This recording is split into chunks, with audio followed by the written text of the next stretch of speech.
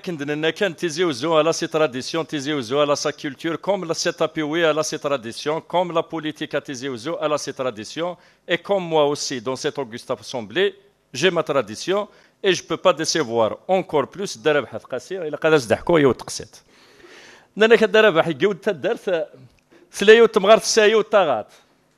ذا شو ثمغرتني تغلبها كل تدرتني سانتي سيتا شحال تسك ويفكي شحال تسك بوذي روح نشكت انا سي الشيخ محمد يروح الشيخ محمد سي ديزار انا سايلي غامكي كاوكا انا سنام الشيخ نكيلي قراسي تخسايتي وتخسايتي ودوح دوح تخسايتي ومسندوح ظلي وذرا الروح اوي دوذي ورتشوح لو كان وروارا بن بوشلوح إن الشيخ محمد والحسين إن يسايلي لا ماشي كي قلقات قرا استخسيتي ودوح دوح روحوا وذرا الروح أكن تروح ذي ربي هذا مدي روح إن يسنية تغلب في حرشي ير صغار ور تسلقيم ير الزيلة ور الدقيم ير خصيم هضر نقيم ساقيناكش كان الدار باح. Alors, Monsieur le Président, Monsieur le Wali, Mesdames et Messieurs les directeurs de l'exécutif, mes chers collègues, je prends la parole aujourd'hui non par habitude, mais par devoir, celui de dénoncer l'injustice et de rappeler que nos villages, notre mémoire et nos citoyens méritent actes et non des promesses vides. Et non des promesses vides.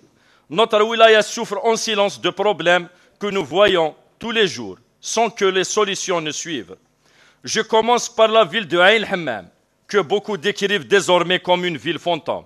Oui, mes chers amis, une ville fantôme, car la vie économique, sociale et même morale y est à bout de souffle.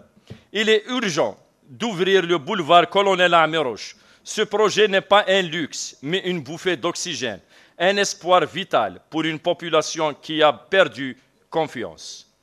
Rendons à cette ville son âme et à ses habitants la fierté d'y croire encore. Je voudrais maintenant parler d'un autre village. Et ce village, c'est le village de Bounamen et son voisin, le village Tigrine.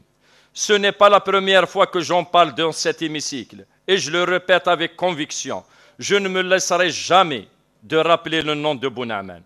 Car ce n'est pas un simple village oublié. C'est un lieu de mémoire, un sanctuaire de l'histoire nationale et un espace sacré où ont combattu et vécu les héros de la Révolution.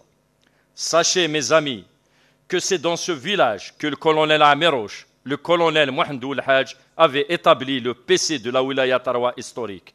Ces noms ne sont pas des souvenirs poussiéreux.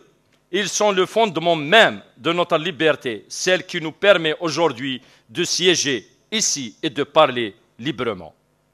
Alors oui, certains disent que ce village est déserté.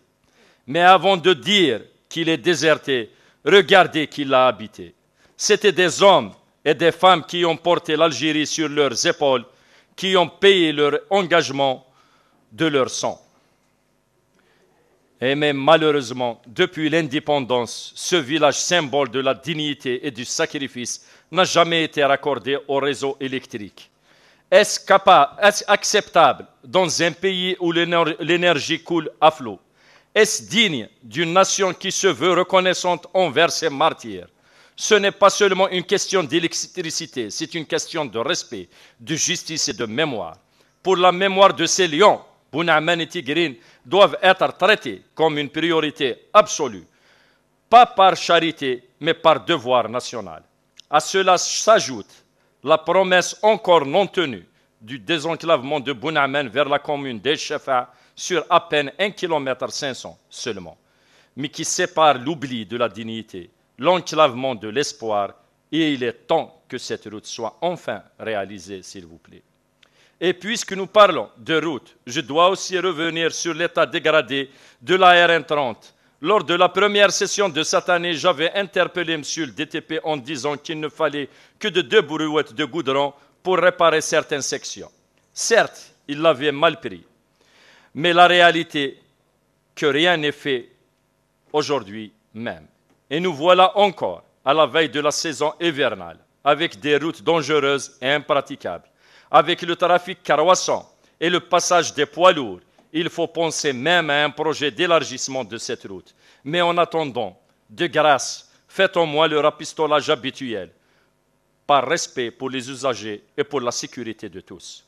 Je veux aussi évoquer un problème juste ici, à côté, sur la ville de Tizi Ouzou, le débordement des eaux usées à Tel Atman, exactement au niveau de la voie ferrée. Cela fait plus de 3 ans que ce problème existe, signalé à maintes reprises, rien n'a été fait. Et désormais, il risque l'effondrement de la voie ferrée. Est bien réel. Faut-il attendre un drame pour réagir? Je veux aussi rappeler la souffrance des habitants du village Tzlata, liée au projet du barrage, qui depuis 40 ans, dans l'attente d'un relogement lié au projet du barrage, 40 ans d'attente, de promesses non tenues, des familles laissées dans l'incertitude, il est temps de clore ce dossier dignement et définitivement. Maintenant, je vais intervenir sur un problème administratif. J'attire également l'attention de M. Louali et des responsables présents sur l'absence de coordination entre le CF et l'inspection de la fonction publique pour l'authentification du PGRH. Ce blocage administratif empêche... Pardon. Je ne peux plus.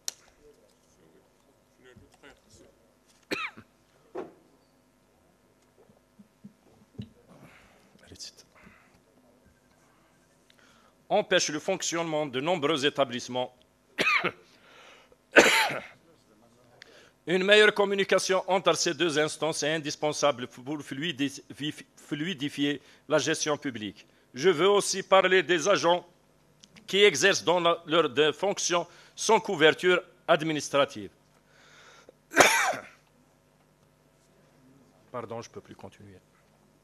Je reviens si c'est possible. Impossible.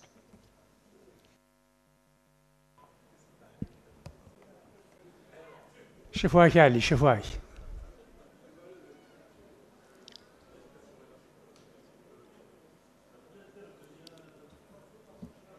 اسكي من ظالي المردرة